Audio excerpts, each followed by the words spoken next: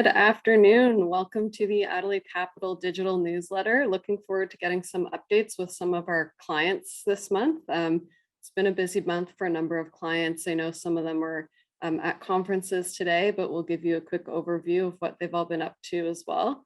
It's been a pretty busy month for a lot of our clients. I think we're entering a pretty strong period in the small cap space as well. So coming up in December, post-tax loss selling, I think it'll be a very strong month. We've got a lot going on in terms of webinars, and Victoria can talk about some of the webinars that she's been working on as well. Yeah, we've been seeing some interesting new listings.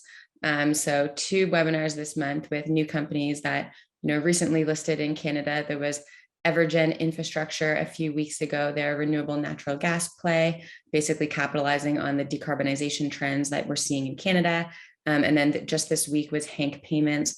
They're a financial wellness platform on the payment side of things. And so SaaS model, 80% margin, significant revenue growth, and essentially go after the US consumer. So if you missed either of those webinars, make sure that you watch for them. But we also have some exciting events coming out. So Deb, maybe you want to talk about it, but we have, our Ag Tech conference in a few weeks from now. So yeah, on November 17th, and we have Steve Hansen from Raymond James, who's going to do the keynote, and we'll be announcing the participating companies starting this afternoon on social media. So make sure you follow us there. And we forgot the biggest announcement, which is we have a new team member that joined us recently, which is Jessica Butt, who Victoria worked with previously at Macquarie. So excited to have her part of the team. Hopefully she'll be on the next digital newsletter. And I think that's it for the Adelaide intro. Vic, do you want to introduce our first guest? Yeah, so we have Mark Binns from BIGG, who's going to be our first speaker. Hey, Mark, how are you doing? Hey, Victoria, I'm doing great. How are you today? Good. You guys have had a lot of positive updates out this month. So yesterday, you guys announced a new accounting firm. Yeah, it's been a fantastic month for Big Digital Assets. We announced KPMG is going to be our auditor and accounting firm going forward, which is really exciting for us. They're one of the big 4. They have great bench strength. They can really help us now that our business has grown tremendously over the last year. And as we continue to look forward towards opportunities, which could be investments, acquisitions, and the like, having the KPMG brand and the KPMG team there to help us is going to be a big asset. That's great. I've also seen a lot of Netcoins ads in, the paper around town. Do you want to maybe just update what marketing looks like post-regulation for you guys? Yeah, now that we have the regulatory license under our belt, we can really start investing in a broader array of advertising. You're going to be seeing us on the NHL, NBA, I believe golf, all sorts of different sports on television, because sports are great. It's a live audience. People are watching the TV. They'll see our ad and they'll sign up for Netcoins right away. So we have a big push coming here in Q4, really starting in November now for the next couple of months, across a number of networks, including Bell, which wasn't available to us before we had our license, but now Bell Media, through all the different digital and television channels, we can advertise. So we have a lot coming, and we're going to get a lot of exposure for the Netcoins brand. That's great. And then I also saw that you guys were picked up in a couple indices as well. Yeah, we are added to I'm gonna get the name right for you, the CoinShares Blockchain Global Equity Index. And that's a European index. And what's really exciting about it is it's not a fund, it's an actual index. It's sort of like the TSX 60. We get named to the index, and then all of the funds that follow that index have to buy our stock. They have to follow the weighting of the index if they're going to say that their fund essentially follows that mainstream crypto index. So we're seeing institutional buyers all over the world right now picking up our stock based on being part of that index. So it's a big accomplishment for us. Oh, well, yeah, that's great. I mean, your stock definitely moved on the back of that announcement. So that was definitely nice to see. And then that came after too. Invesco had, recently announced that they were putting you guys in some of their crypto funds that they were coming out with. Yeah, 2 different exchange traded funds for Invesco. And the beauty of those funds is they started out small. I believe they're $5 million funds, but Invesco typically launches a fund, puts their sales team on it, and grows a lot of them to $500 million or $1 billion in assets. So as those funds grow, Invesco will naturally be buying Big Digital Asset stock to keep up with the weighting in their index, their fund as well. So great developments for us. So I guess just lastly, kind of over the next few months, what should investors be watching for? Yeah, we're going to be, as we talked about, doing a lot more advertising. You're going to see netcoins everywhere. You're going to see some good announcements around new blockchains being added to our Clue platform on the blockchain intelligence group side, which is going to help drive exposure and revenue for that business and that product.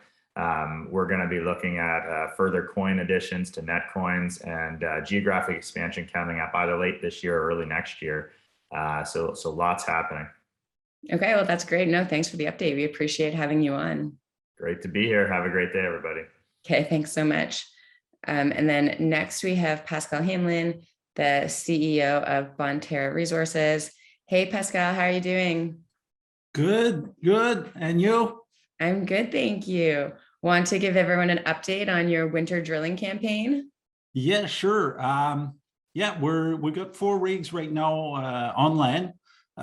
The summer drill campaign on barges ended in October, so we're now 100% on land.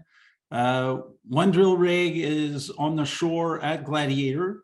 I started drilling the extension of the eastern plunge at Gladiator deposit. You may recall some drill results back in March last year before the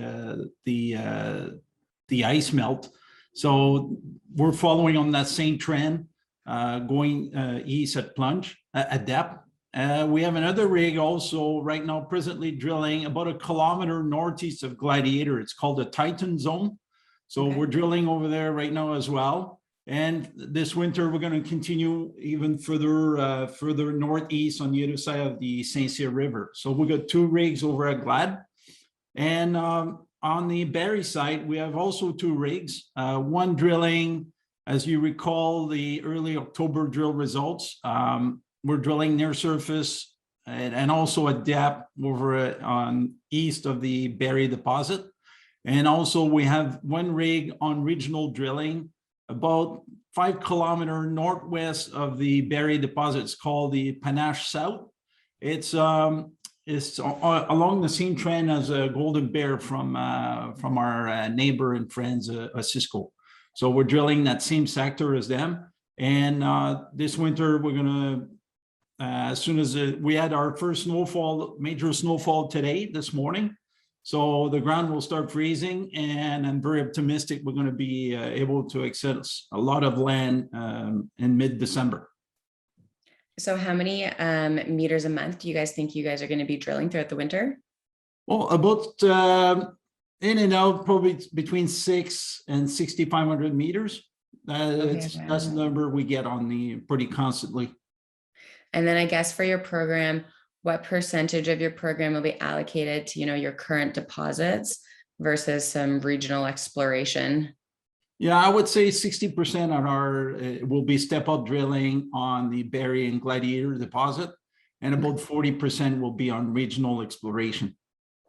Okay, no, that's great. That's exciting. So thanks for the update. Is there anything else that we should be kind of watching for, or anything else you wanted to chat about? Yeah, well, there will be drill results definitely coming in a few weeks. We have some assays that are being, we have some core that needs to be assayed at Rush. So we should have results very soon, and watch for press release, I would say before the end of November for sure. Okay, thanks so much, Pascal. Appreciate the update. Be safe. Thanks, Pascal. Nice to see you. Thanks. Bye, So Deb. next up, we have Brendan Cahill, CEO of Excellon, here to talk to us about Platosa drilling. You've had some great results recently. Yeah, it's been great recently. Hey, Deb, how are you? Good to see you. I'm good. How are you? I'm fantastic. Against my very white wall here. I didn't use a background today. But It looks like you're in prison. it looks like, yeah, so Jack Nicholson's around here somewhere. Yeah, so great results out of Platosa recently. Most recently 2.2 meters at over 3,000 grams silver equivalent. But the most interesting results were from earlier in the month, where we drilled 7.5 meters at 2,800 grams silver equivalent. And the interesting thing about this intersection is it's kind of a brand new zone. Everything at Platosa is very much flat lying, dips about 30% gradually to the east. But this is really straight vertical, way high up in the ore deposit, and just some of the highest grade stuff that we've seen. So we've been going in there, trying to follow up on that results. We've drilled another 20 something holes there already. and those results are pending. I'm pretty excited because, you know, it's about 80 meters above the deepest of our workings, so very easily accessible. And, you know, we've always been trying to find these feeder zones as to why Platosa is there in the first place. And this, what we're hitting is potentially a very good indicator of that kind of mineralization. So pretty exciting. Other than that, production's going at Platosa per usual. We did 526,000 silver equivalent ounces in Q3. Those results came out a couple of weeks ago. Operation going quite nicely. And in Saxony and in Idaho, Saxony drilling with 2 rigs right now on the northern part of the target of the kind of target zone that we have there. This mafic schist contact, a big structurally controlled system there. Just waiting for assays like everybody else on that, but, you know, seeing some good looking core. Which target is that? Grauer Wolf, yeah, Grey Wolf, Grauer Wolf, and then Trinity, which is a bit further north of that. And kind of the genesis of those targets, it's quite interesting. They've never been mined before, which is interesting in an area that saw 800 years of production. They're under more cover. They didn't stick up out of the ground. And we actually got access to a whole bunch of GDR East German data, you know, collected before reunification, collected in the 1980s. We processed that, and we're developing these structural targets out of that. So pretty exciting stuff there. And then down in Idaho, we're you know, waiting for the environmental assessment to come through. That's kind of any day now.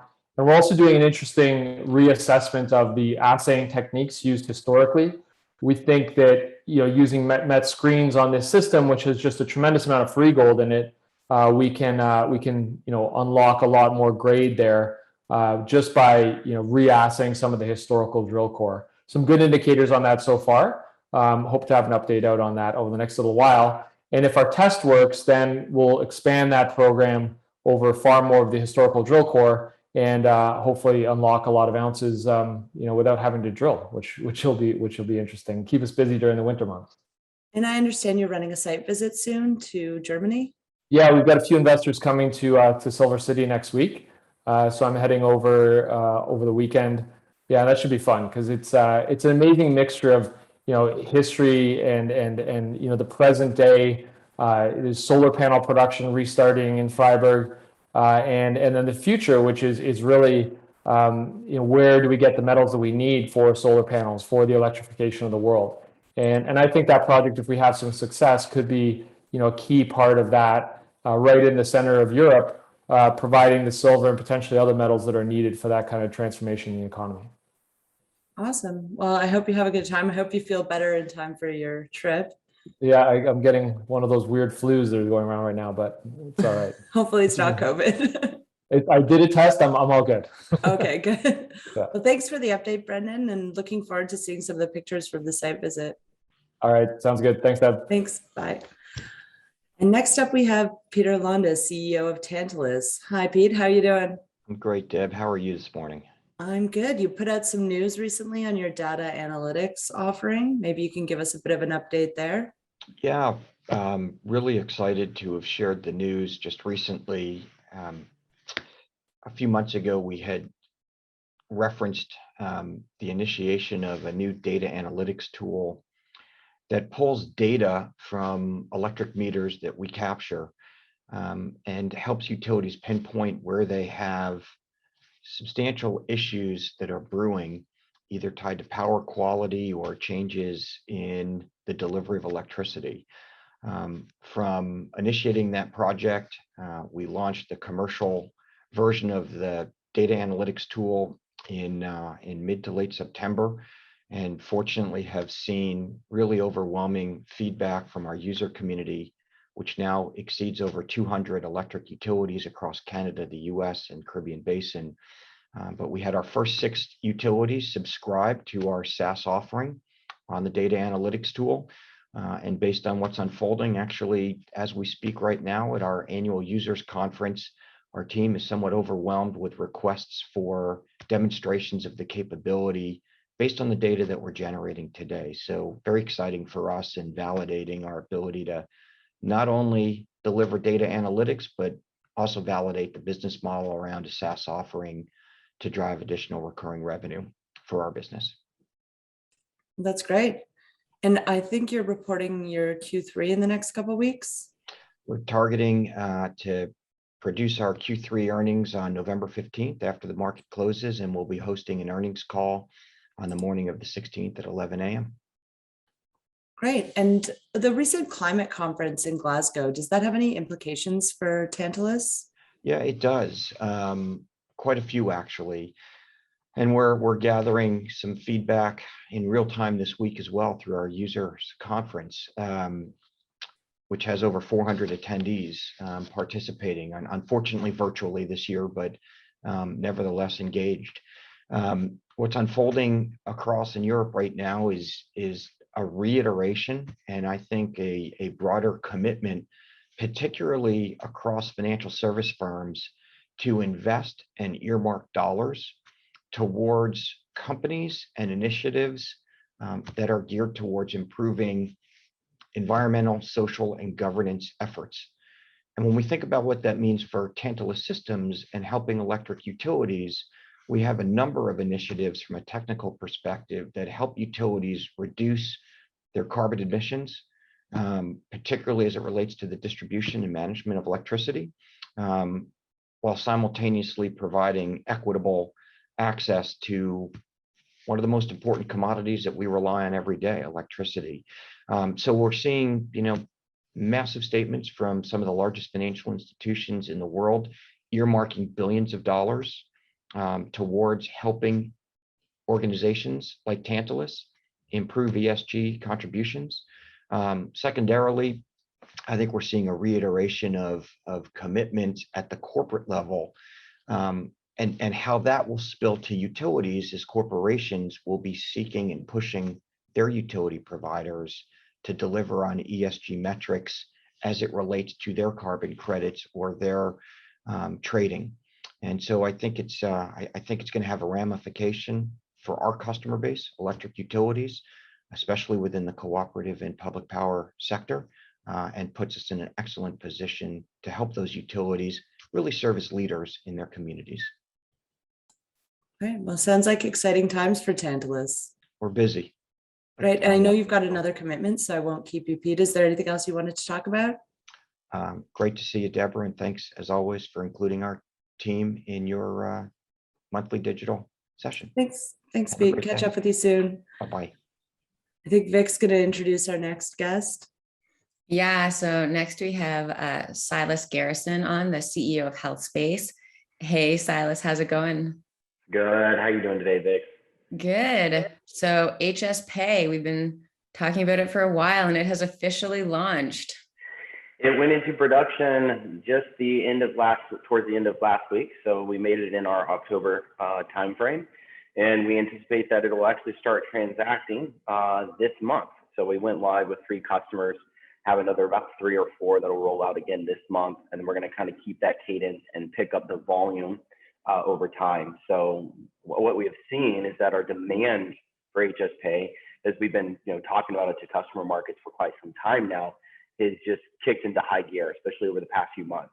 So we anticipate that HS Pay, now that we've got it in production, it's live and transacting this month.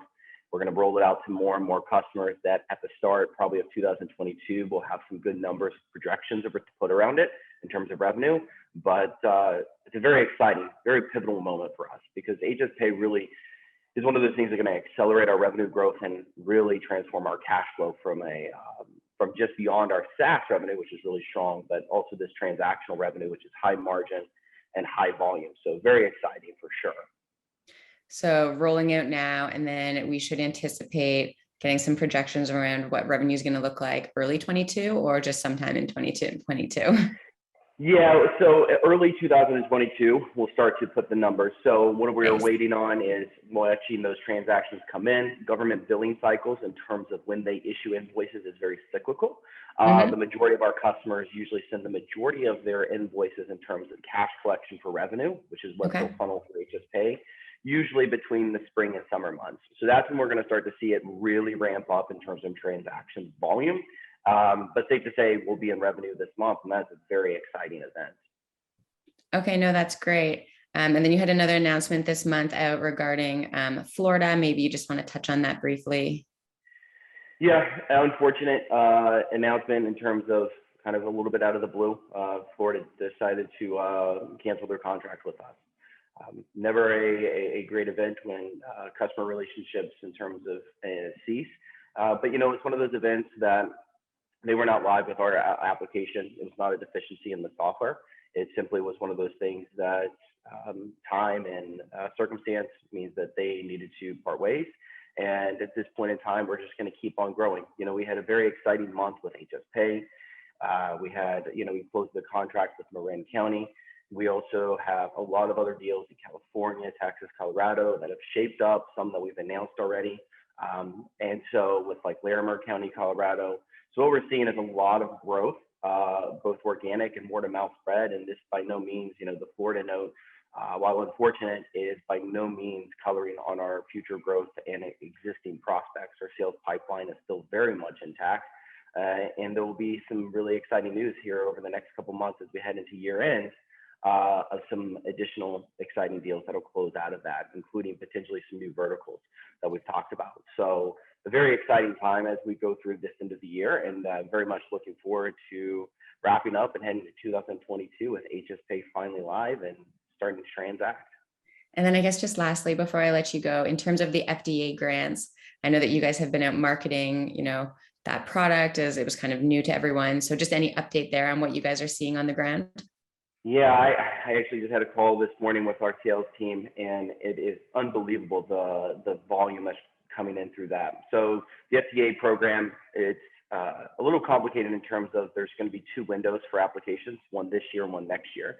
And so we are going to have a pretty decent sized batch of customers that are going to come through this application window, which ends November 15th. So we've got basically like a week and a half. And so we'll see what the first batch of kind of customers are going to come through that. But that means that we've got 9 months to preach it to the customer market. And just by way of reminder for those who aren't familiar with it, the FDA published $40 million of grant money that is going to be utilized for the express purpose of health departments buying software just like ours. So we're going to get a nice set of customers this year. And then in 2022, we expect a potentially 5 to 10 times increase over what we closed this year. So it's very exciting, but it's moving along very well. Okay. Well, thanks so much for jumping on with us today. I guess we'll look forward to the update next month then. Wonderful. Thanks, Victoria. Okay. Thanks so much.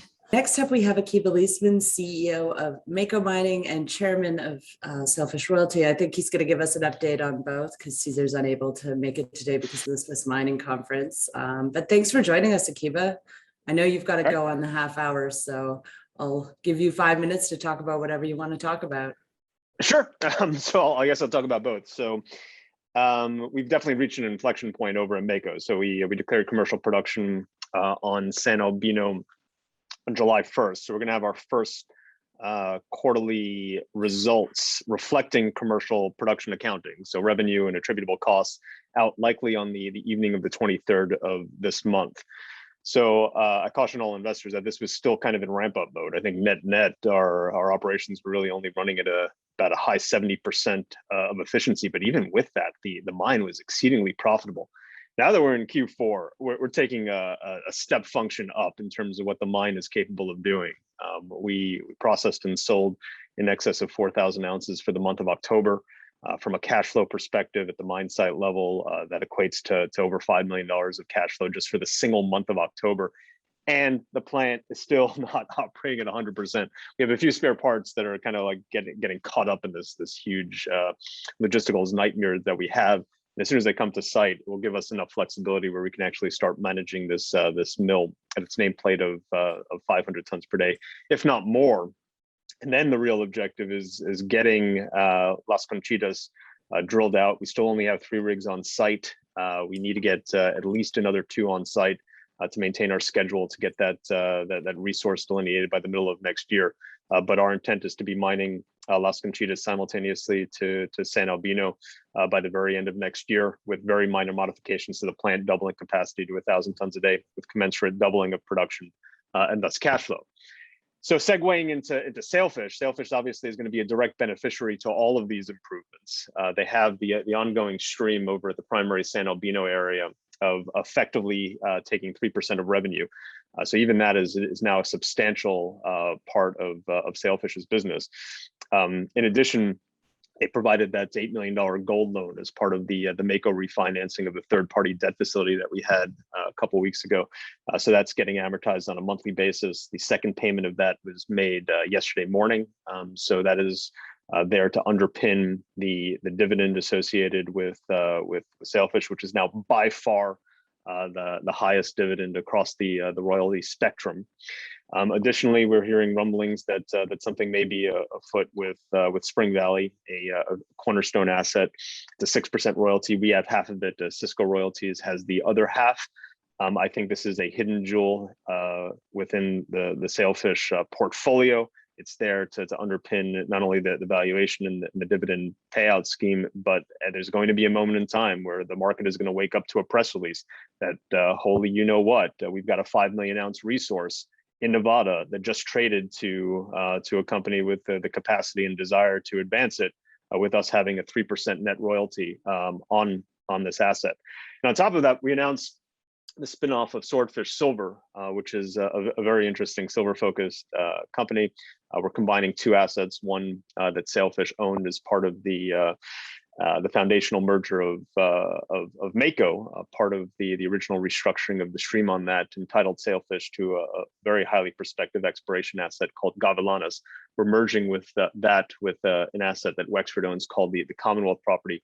Both of them have extraordinary potential, but as an exploration company, and even in the case of Commonwealth, as a near-term development situation.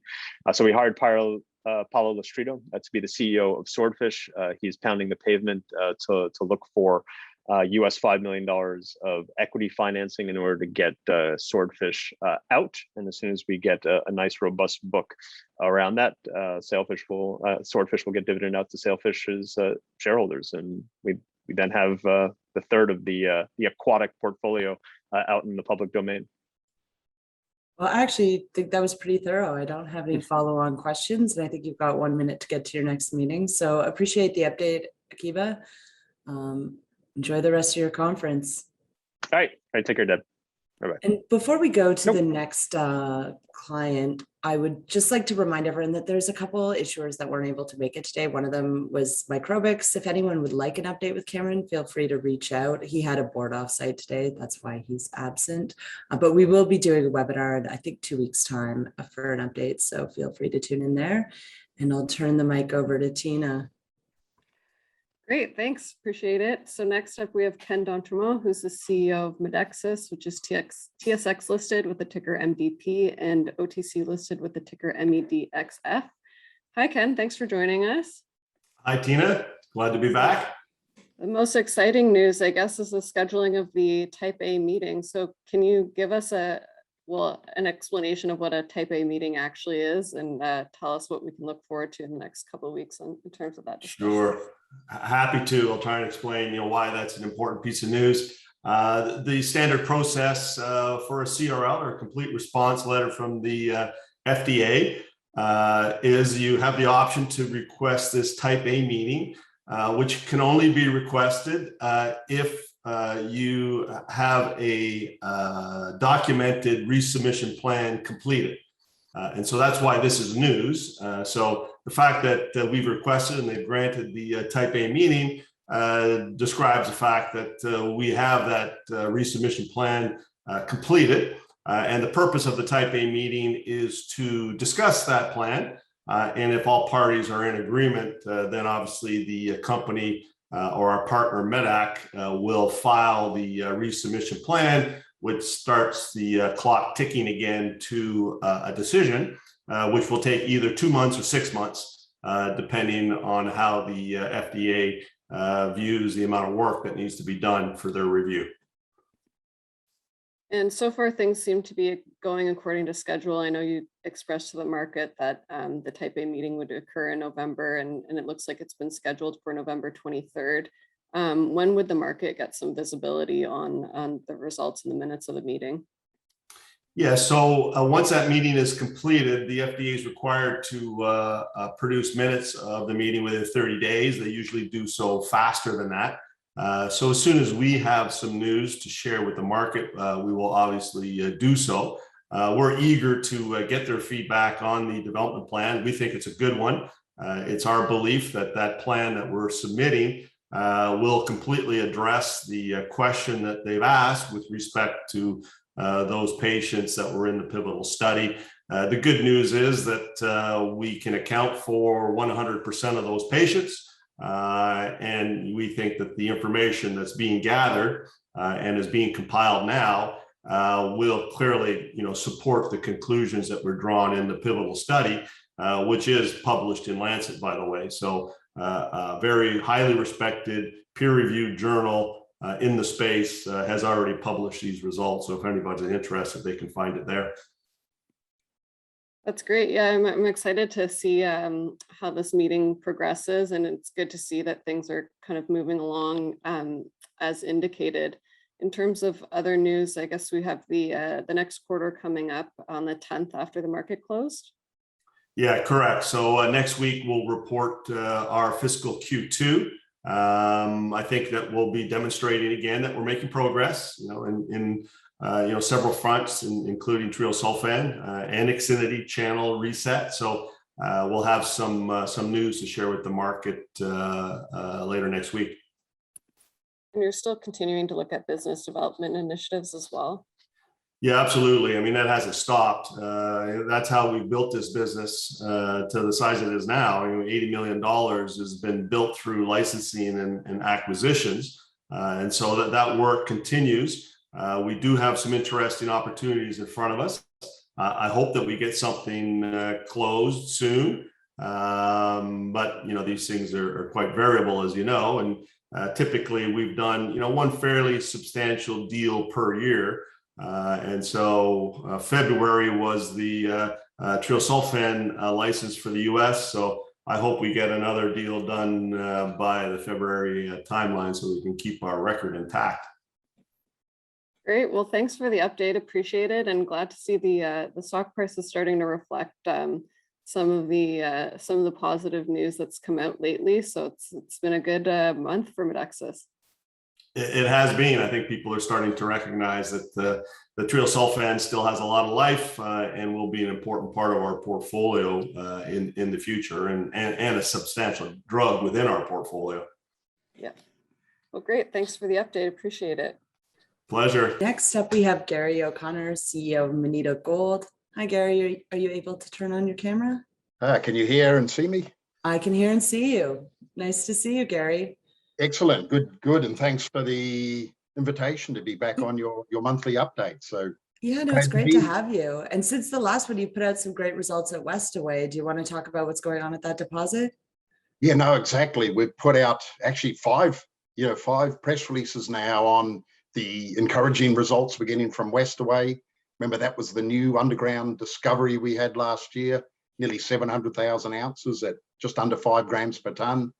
So in the last press release and the earlier ones, we showed we've extended this significantly to the west. So 300 meter step outs, extended the zones to depth, 200 to 300 meters to depth. And we've been hitting big wide zones, 30 meter wide zones at, 4 grams per ton.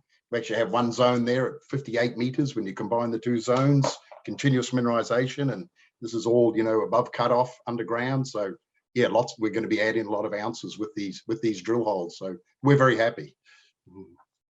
That's great. And maybe you could remind us of some of the upcoming catalysts for the company. That's right. So the Westaway drilling was only part of a much larger program. So we've just finished.